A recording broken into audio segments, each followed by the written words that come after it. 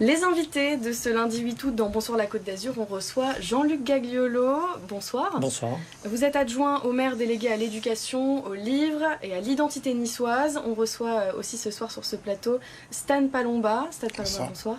Vous êtes en charge du festival folklorique, donc du Festival international de folklore de Nice, et aussi chef de service langue, culture et tradition à la ville de Nice. Alors pour commencer, je vais me tourner vers vous, Jean-Luc Gagliolo. Il s'agit de la 64e édition. Pour ceux qui ne connaîtraient pas encore ce festival, de quoi s'agit-il exactement? C'est tout simplement le plus ancien festival de folklore d'Europe, puisqu'il a été créé en 1935. Il a existé pendant 60 ans, a été interrompu en 1995, et Christian Estrosi, notre maire, a souhaité qu'il revive à partir de 2017. Donc si l'on considère les 2 années d'interruption liées au Covid, eh bien nous en sommes effectivement à la 64e édition. Qu'est-ce que ça signifie pour la ville de Nice, la reprise de ce festival? Ça signifie simplement que c'est une preuve, s'il en fallait une de plus, que Nice est un lieu de mélange, un lieu d'accueil des cultures. Donc on découvre grâce à ce festival de folklore les différentes cultures du monde qui vont se mêler à la population niçoise et aux touristes niçois. Donc si Nice est une terre de mesclun, c'est-à-dire de mélange, eh bien on en a une preuve supplémentaire, et c'est vraiment une preuve de l'ancrage du folklore dans la tradition niçoise et de l'ancrage de la culture aussi dans la ville de Nice plus généralement. Depuis combien d'années il persiste ce folklore justement dans la ville de Nice? Le folklore dans la ville de Nice existe. Les groupes folkloriques ont commencé pour le plus ancien il y a plus de 90 ans. On a donc 3 groupes folkloriques à Nice aujourd'hui et qui contribuent à l'organisation de cet événement avec le collectif des arts traditionnels. Donc le folklore, c'est véritablement quelque chose qui est populaire et à laquelle se mêlent des jeunes, des moins jeunes, et ce festival est l'occasion aussi de faire participer tout le monde, jeunes et moins jeunes. Dans la programmation, on va avoir des enfants et on va avoir des seniors, au-delà de toute la population qui est touchée par ce festival. Et justement, donc on va parler un petit peu plus en détail de ce festival avec vous. Stan Palomba, quelles sont les animations auxquelles on va pouvoir participer et quelles sont les animations qu'on va pouvoir découvrir? Comme l'a dit Jean-Luc Gag, c'est un festival qui s'adresse à toutes les générations en fait. Le festival va se rendre dans les crèches, dans les centres Anima Nice. On va débuter une matinée avec les seniors mercredi matin. Donc tout le monde, il y en a pour tout le monde. On retrouvera le festival dans les quartiers, place Saint-François avec son ouverture, à la Libération sur le parvis de la gare du Sud, et avec 2 grandes soirées au théâtre de Verdure. Donc tout Nice est concerné par le Festival international de folklore. Vous disiez que vous alliez commencer avec une activité avec les seniors. De quoi s'agit-il exactement? Oui, c'est une initiation à la danse, un partage de pas, ou même avec de la musique, pour initier à la danse nos seniors, même s'ils connaissent pour la plupart beaucoup la danse. Voilà, c'est un contact, un échange. Ils ne viennent pas simplement participer à un spectacle ou voir un spectacle, mais là, ils y participent. Il y a un échange dans les jardins de Nice-Cimier, mercredi matin à 10h. Donc est-ce que c'est un festival pour les Niçois? C'est un festival pour les Niçois, mais aussi pour les touristes qui sont de passage à Nice.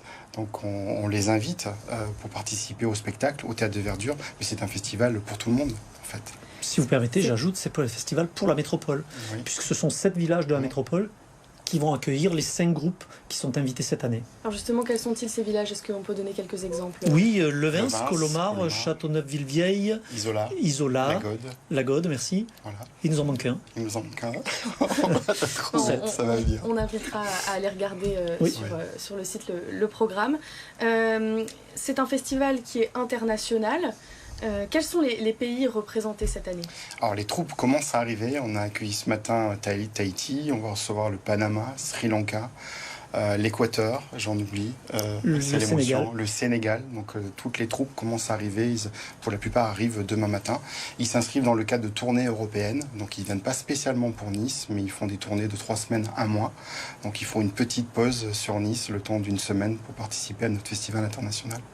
Donc ce festival, il reprend après 2 ans de pause, vous le disiez. Est-ce qu'il a une particularité cette année, ce festival? Est-ce qu'il a une saveur particulière? La saveur particulière, c'est la saveur de la joie retrouvée, de la vie retrouvée après les épisodes que nous avons connus. Vivre un tel festival qui va mêler toutes les populations et auquel vont participer toutes les populations, c'est véritablement un moment de renaissance, un moment de renouveau. Et c'est une manifestation d'enthousiasme et de regain, tout simplement. Et Stan Palomba, vous disiez tout à l'heure qu'il va y avoir de nombreuses représentations, notamment dans les rues de Nice, à certains endroits à Nice. Quels sont les endroits principaux où on pourra retrouver ces représentations? Alors, on a 2 grosses soirées au Théâtre de Verdure, donc le 13 au soir à 20h30 et le 14 à 20h30. Une soirée de latino le 13 et une soirée de gala le 14. On attend tous les Niçois, on attend tous les touristes pour revivre les mêmes soirées qu'on a vécues sur les dernières éditions. Et un grand défilé sur la coulée verte le 13, si je ne me trompe pas. Voilà, pour partager aussi avec les touristes et les Niçois, leur montrer ces pas traditionnels du monde et les inviter à nous rejoindre au Théâtre de Verdure.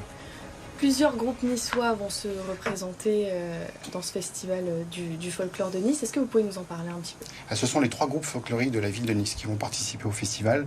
Donc la Chamada Nissarde, Nice Label et Lou Kairé Nissart. Voilà, qui revient avec quelques années d'absence. Donc les 3 groupes main dans la main participent, même en tant que bénévoles, puisque ce sont une centaine de bénévoles qui participent à l'organisation du festival depuis quelques jours et pendant une semaine. Donc il y a beaucoup de travail.